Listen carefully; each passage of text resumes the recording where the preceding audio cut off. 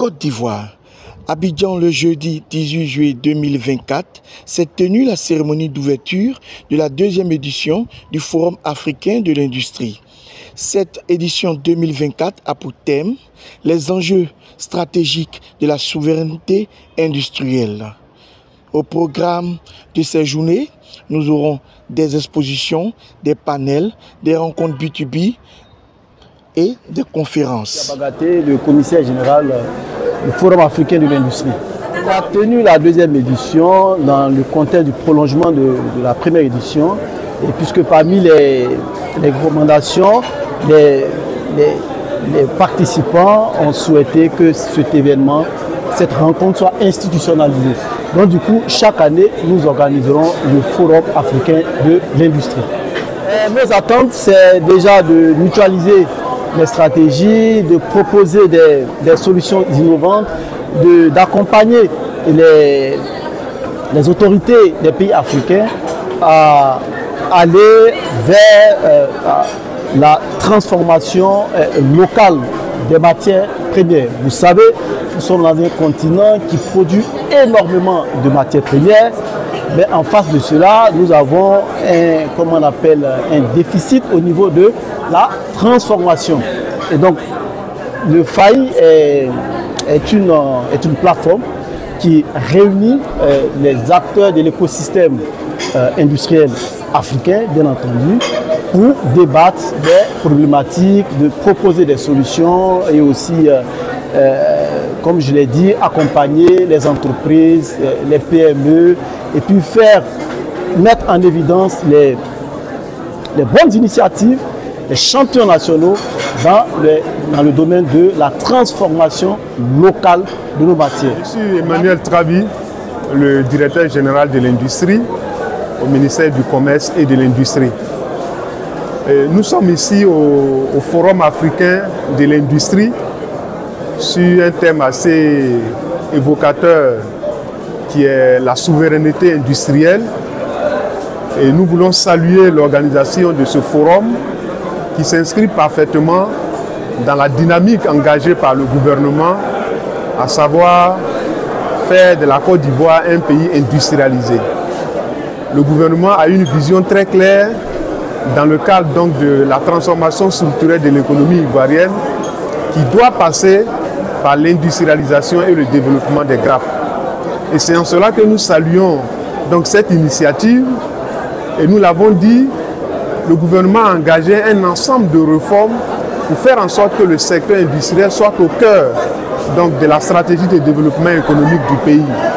Aujourd'hui, le gouvernement a défini 7 clusters industriels importants dans lesquels des actions ciblées sont engagées à l'effet de renforcer donc, la diversification du tissu industriel, mais surtout de renforcer la compétitivité des entreprises industrielles. Et ces secteurs, vous le savez, cela a été cité. On parle de l'agro-industrie, c'est le secteur du textile, c'est le secteur de l'industrie pharmaceutique, c'est le secteur de l'industrie chimique et plasturgie, c'est le secteur de la fabrication des matériaux de construction. Et nous avons également le secteur donc, de la fabrication de l'industrie des équipements et de tout ce qui est automobile. Et dans tous ces différents secteurs, nous avons engagé des actions pour doter la Côte d'Ivoire de stratégies dont la mise en œuvre permettra en tout cas de développer l'industrie dans ces différents secteurs.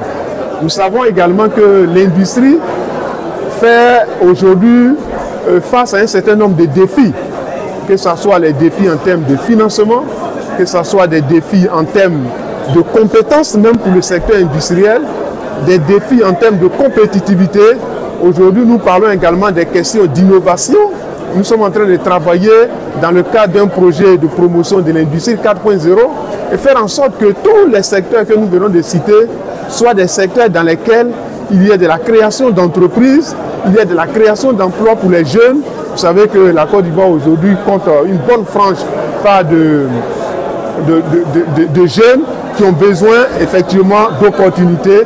Et donc le gouvernement travaille à faire en sorte que ces différents secteurs que nous avons définis soient développés et qu'il y ait de la création d'entreprises. Alors, M. Assou Karaboko, Je suis le directeur général de la promotion de l'agriculture au ministère d'État, ministère de l'Agriculture, du développement rural et des productions ouvrières. Et j'ai eu l'honneur, l'insigne honneur de représenter monsieur le ministre d'État, en tout cas à cet atelier. Il m'a chargé d'un message que j'ai tout à l'heure véhiculé dans la salle. C'est un message de soutien parce que aujourd'hui, quand vous regardez le thème de cet atelier, qui est sur le développement de la Côte d'Ivoire, qui se base sur l'industrialisation, c'est un message qui épouse pleinement les visions non seulement du gouvernement, qui a comme premier pilier le développement économique en nous basant sur l'industrialisation. Et si le ministère d'État, le ministère de l'Agriculture a une stratégie que nous appelons le PENIA, qui a aussi un pilier relatif à cette industrialisation. Donc c'est tout logiquement qu'il nous a envoyé ici pour le représenter, pour marquer son soutien et pour dire que la Côte d'Ivoire, en tout cas avec sous la présidence de son Excellence Monsieur le Président de la République, Alassane Ouattara, est résolu à aller vers l'industrialisation pour que nous soyons souverains.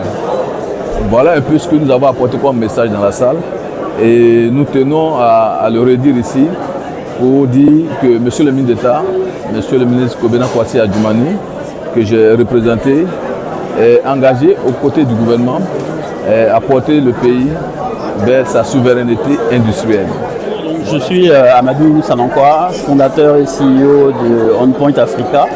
Donc, nous sommes une institution qui est active dans le conseil, la data et le digital en Afrique subsaharienne. Notre raison d'être, c'est vraiment l'accompagnement des champions africains dans leur transformation pour qu'ils puissent émerger et devenir des entreprises de classe mondiale. Et on fait ça en offrant du conseil en stratégie, en leur offrant de la donnée qui est disponible nulle part ailleurs, mais qui peut être source d'avantages compétitifs pour eux, et en développant des outils de classe mondiale, notamment un ERP qu'on appelle OBC, qui est un système de gestion intégré qui leur permet de digitaliser entièrement leur flux opérationnel et financier. Et on le fait également pour les institutions financières dans la gestion du crédit. Donc on existe depuis 15 ans.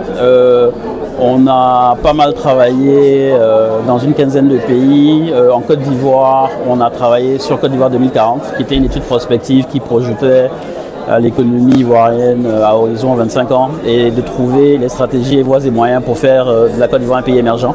Donc chose qui a été reversée dans le PND. On a également travaillé sur la stratégie industrielle de la Côte d'Ivoire.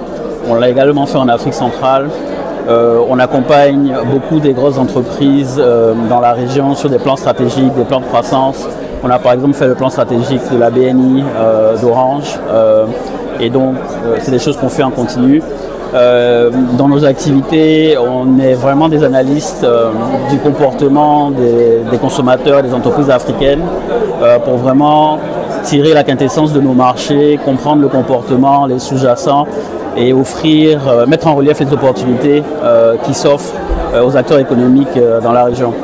Et sur le digital, on a décidé vraiment de créer des outils qui sont adaptés au mode de fonctionnement des entreprises africaines. Très souvent, comme dans beaucoup de secteurs, on importe les solutions digitales qui ont été conçues dans d'autres environnements pour d'autres types de besoins. Et fort de l'expérience qu'on a eue de vraiment étudier le mode de fonctionnement des entreprises africaines, on a pensé un logiciel qui s'adapte vraiment à leur mode de fonctionnement, mais qui en même temps respecte les standards mondiaux en termes de développement, en termes de technologie.